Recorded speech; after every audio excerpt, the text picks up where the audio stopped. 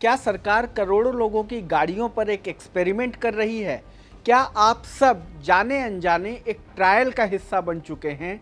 अगर आपकी गाड़ी में पेट्रोल भरता है तो आज की खबर आपको ज़रूर जाननी चाहिए, क्योंकि सुप्रीम कोर्ट में सरकार की ओर से कही गई एक बात ने पूरे E20 यानी 20% एथेनॉल ब्लेंडिंग प्रोग्राम पर नई बहस छेड़ दी है।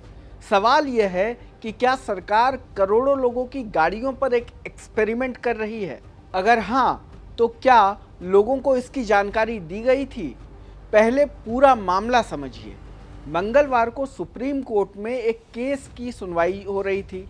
मामला था भारत सरकार के एथेनॉल ब्लेंडिंग प्रोग्राम से जुड़ा। सरकारी तेल कंपनी बीपीसीएल ने कर्नाटक हाईकोर्ट के एक आदेश को चुनौती दी थी। हाईकोर्ट ने कहा था कि एक डिस्टिलरी को एथेनॉल सप्लाई करने का आवंटन दोबारा देखा जाए।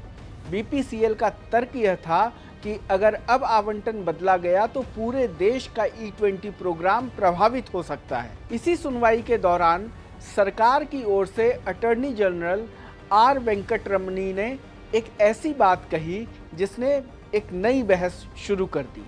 उन्होंने सुप्रीम कोर्ट से कहा, The government is trying to experiment with 20% ethanol blending.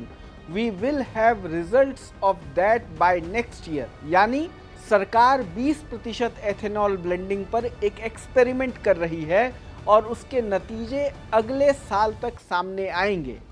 यह बयान सामने आते ही कई सवाल उठने लगे, क्योंकि सरकार पहले ही पूरे देश में E20 पेट्रोल लागू कर चुकी है। 1 अप्रैल 2026 से देश भर में पेट्रोल पंपों पर 20 E20 पेट्रोल की सप्लाई शुरू हो चुकी है। सरकार का अगला लक्ष्य 2030 तक 30% एथेनॉल ब्लेंडिंग यानी E20 तक पहुंचना है। ऐसे में पहला सवाल यही है कि अगर यह अभी भी एक एक्सपेरिमेंट है तो देश के करोड़ों वाहन मालिक आखिर किस प्रक्रिया का हिस्सा हैं? क्या लोगों को कभी यह बताया गया कि इस नीति के दीर्घकालिक परिणामों का अध्ययन अभी जारी है? या फिर अदालत में इस्तेमाल किया गया एक्सपेरिमेंट शब्द केवल वैज्ञानिक मूल्यांकन के संदर्भ में था? यही बात अब चर्चा का विषय बन गई है। दरअसल पिछले कई महीनों से E20 को लेकर अलग अलग तरह की चिंताएं सामने आती रही हैं। कुछ ऑटोमोबाइल विशेषज्ञों ने कहा कि पुराने इंजन वाली गाड़ियों पर ज़्यादा एथेनॉल का असर पड़ सकता है। कुछ लोगों ने माइलेज कम होने की बात कही। कुछ ने इंजन के पार्ट्स पर लंबे समय के असर को लेकर सवाल उठाए। कुछ दिनों पहले वाहन बीमा को लेकर भी सोशल मीडिया पर कई तरह के दावे वायरल हुए। हालांकि सरकार ने इन सभी आशंकाओं को खारिज किया है। पेट्रोलियम मंत्रालय का कहना है कि अभी तक ऐसा कोई वैज्ञानिक प्रमाण नहीं मिला है जिससे यह साबित हो सके कि E20 पेट्रोल सामान्य परिस्थितियों में वाहन को नुकसान पहुंचाता है। सरकार यह भी कहती है कि अमेरिका, ब्राज़ील और जापान जैसे कई देशों में एथेनॉल ब्लेंडिंग पहले से हो रही है। सरकार का दावा है कि इस नीति से भारत का कच्चे तेल का आयात कम होगा, विदेशी मुद्रा की बचत होगी, किसानों की आय बढ़ेगी और कार्बन उत्सर्जन भी कम होगा। लेकिन सरकार ने सुप्रीम कोर्ट में जो कहा है उसके बाद अब बहस एक नए मोड़ पर पहुंच गई है। अदालत में जब सरकार खुद एक्सपेरिमेंट शब्द का इस्तेमाल करती है, क्या यह सवाल उठना लाजमी नहीं है कि सरकार को आम लोगों के साथ इस विषय पर और ज़्यादा पारदर्शी होना चाहिए था?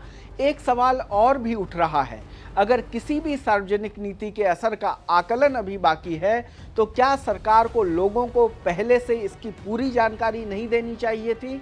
क्या वाहन मालिकों को यह स्पष्ट बताया नहीं जाना चाहिए कि E20 किन गाड़ियों के लिए पूरी तरह उपयुक्त है और किन के लिए निर्माता की सलाह देखनी ज़रूरी है? इन सवालों के जवाब अभी अदालत ने नहीं दिए हैं, लेकिन इतना ज़रूर है कि सुप्रीम कोर्ट में सरकार के एक बयान ने E20 पर चल रही बहस को और तेज़ कर दिया है।